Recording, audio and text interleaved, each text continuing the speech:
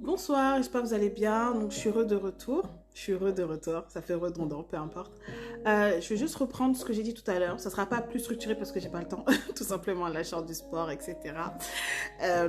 Du coup, juste pour reparler un peu du verset que j'ai partagé, des versets que j'ai partagés hier.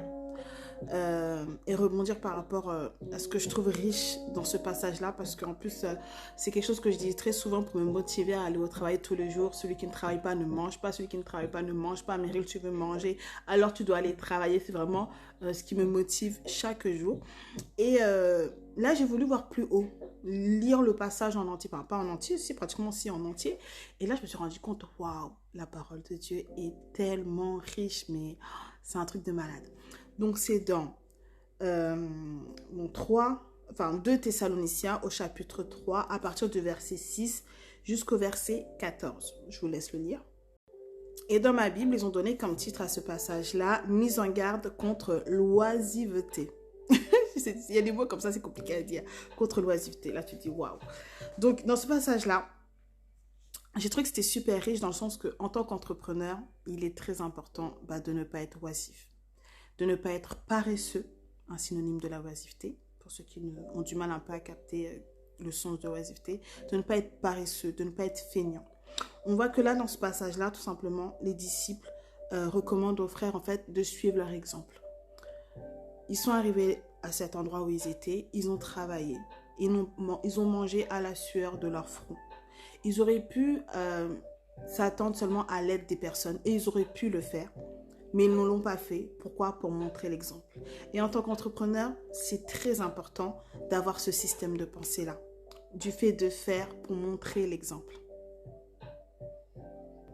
En général, un entrepreneur est un leader. Un leader, pas dans le sens du caractère forcément, parce que c'est vrai que quand on parle de leader, on pense souvent au leader avec un fort caractère, des couleurs rouges et bleues, bref, ceux qui ont fait la formation au pair, vous voyez de quoi je veux dire. Mais c'est pas forcément ça. Là, quand on parle de leadership, qu'importe la personnalité que tu as, tu peux avoir du leadership, tu peux être un leader.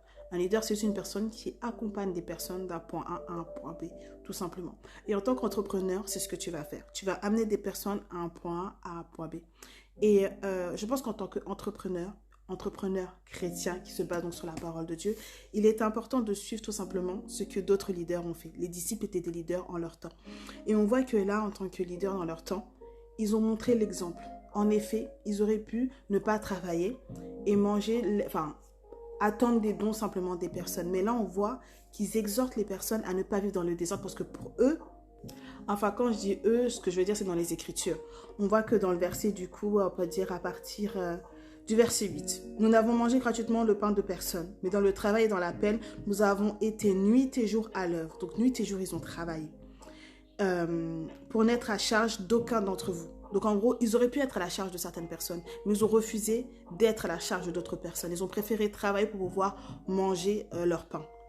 Car lorsque nous étions chez vous, nous vous disions expressément. Donc en gros, quand ils étaient chez eux, ils leur ont donné ce conseil-là. Si quelqu'un ne veut pas travailler, qu'il ne mange pas non plus.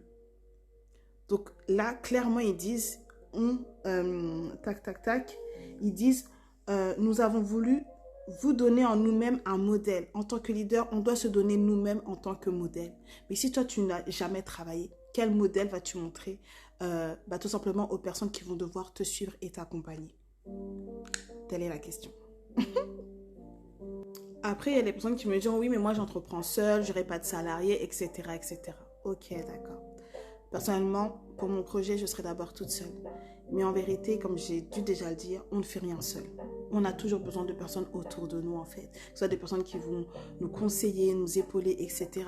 Mais s'ils ne voient pas en toi ce fruit du travail, mais vous pensez vraiment que les personnes vont vouloir vous aider, vous accompagner, etc. Tu es là dans la oisiveté, tu veux seulement profiter, tu veux être à la charge d'autres personnes. Ça ne motivera même pas les personnes de pouvoir t'aider, t'accompagner, en fait, tout simplement. Et également, dans ce passage-là, voilà, il est important de travailler. Également, pourquoi il est important de travailler? Pour ceux qui veulent avoir des salariés plus tard.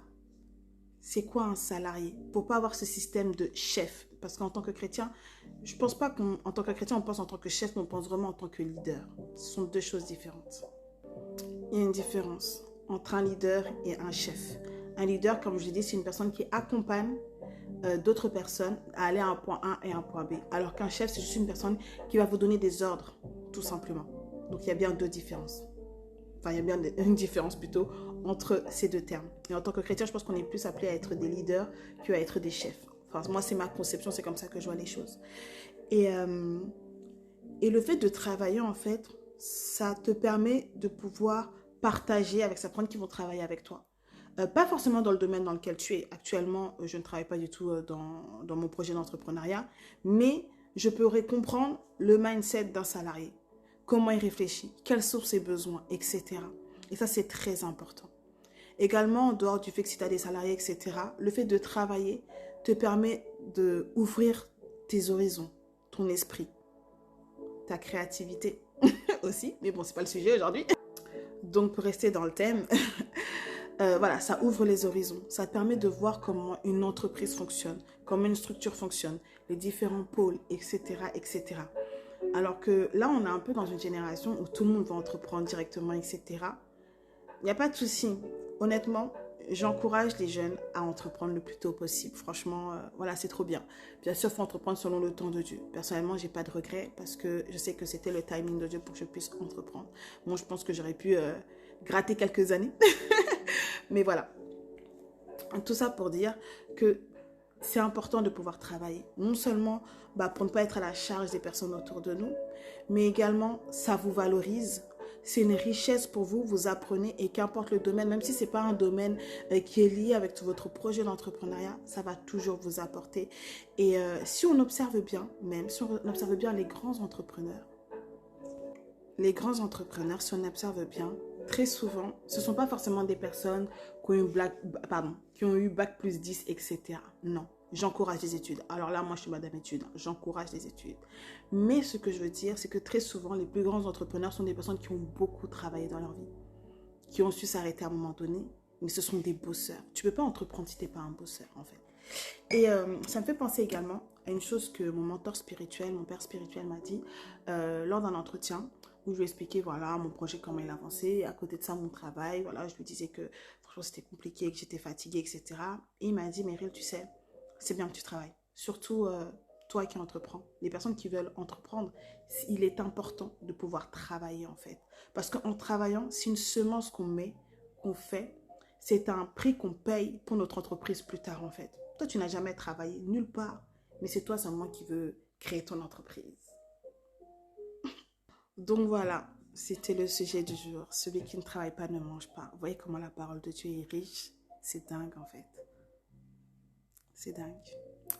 Franchement, n'hésitons pas à vraiment méditer ce livre plein de richesse, plein de sagesse. Mais voilà, bien sûr, s'il y en a ici qui sont au chômage, etc., vous ne sentez pas ciblé. Moi-même, j'ai été au chômage. Mais que fais-tu de ton chômage? Déjà, si tu as droit au chômage, c'est parce que tu as travaillé. Enfin, si tu n'as pas travaillé, tu n'as pas de chômage. On est en France ici. Enfin, je parle du coup de ceux qui sont en France. S'il y a des étrangers ici au cas où. Mais que fais-tu de ton chômage? Il faut faire quelque chose. Ne sois pas oisif. C'est très important de ne pas être oisif. D'accord? Donc voilà, c'était ce que je voulais vous partager aujourd'hui par rapport à ce sujet. Et également, dans cette version-là, ils disent que c'est du désordre. De ne pas travailler. De s'occuper de petites choses, mais ne pas travailler à la sueur de son front. Ils disent que c'est du désordre. Donc ne soyons pas dans les désordres. Et allons travailler! Ce que tu dois retenir. Aimer ça en sujet de prière. Si tu as retenu d'autres points, n'hésite pas à nous les partager en commentaire.